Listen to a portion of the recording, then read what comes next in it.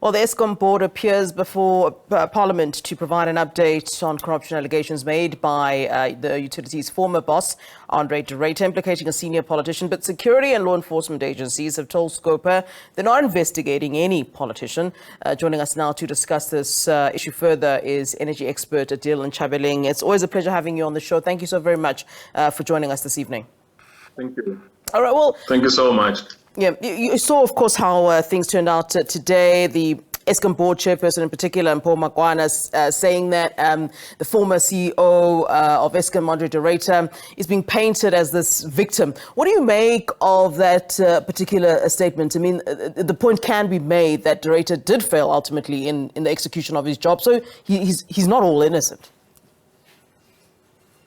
Yeah, I'm quite surprised why they have to now paint André de Ruyter as a victim, or give an impression that he's been painted as a victim, when it was the board that actually pushed him and urged him to ultimately resign untimely. You know, he had given 3 months and then they requested him to immediately down his tool and actually not even complete his tenure. So I think they're playing almost being kind and nice, not wanting to come across as they were brutal to him.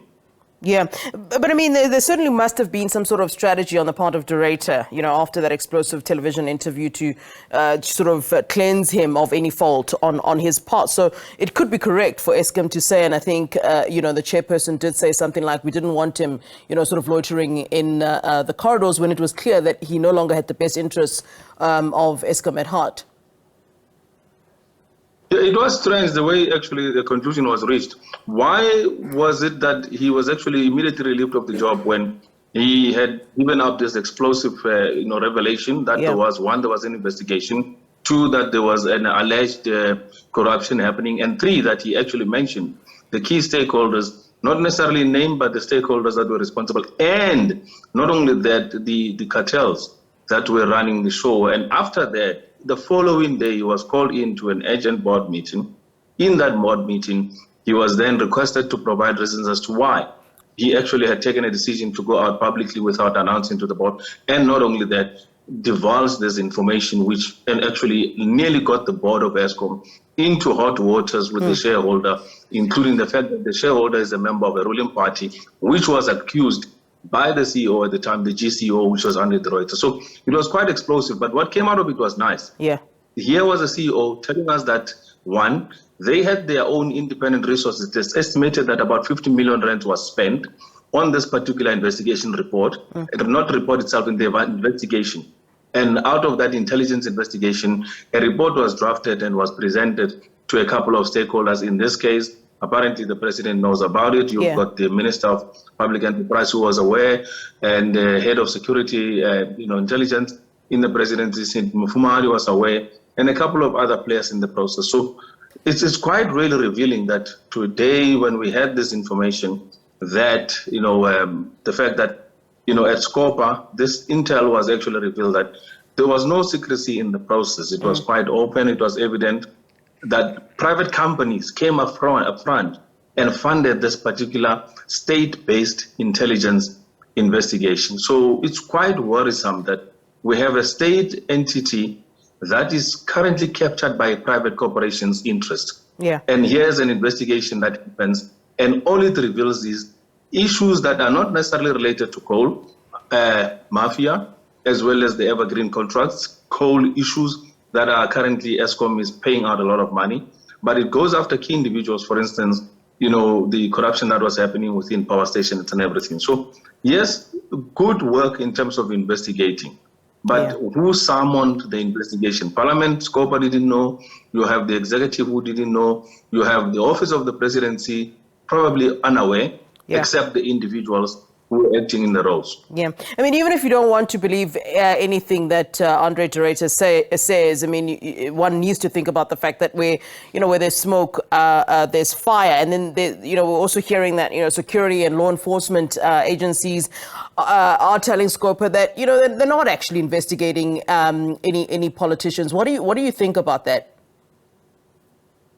Yeah, it's quite laughable. I think we're living in a very circus state or country where security organs, the police, the intelligence themselves, they didn't know about this investigation. Yet the investigation was supposed to have been conducted by those agencies and authorities. Yeah. So it looks like there is a capture of some sort, and there are people pushing public interest. In this case, meaning private companies that are pushing their interest in the public and are actually making sure that they remove the state's operations and they undermine the rule of law, because this is criminal on its own, if you were to think about it. Yeah. That you have an agency that goes about doing what is supposed to be performed by the state organ.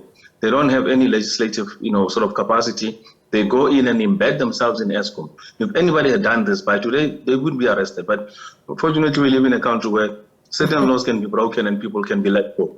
Fortunately or unfortunately. All right, so obviously this can't be, the end of it. How do you see all of this sort of, playing itself out? I think this matter is dead. I mean, Andre's long gone. The matter is just going to be debated. He came out across last week and he told them that he's got 3 hours to give them answers. And as a result, he had chosen to redact, redact his entire sort of revelation. And most of it is now almost shielded in secrecy. He's not going to say anything.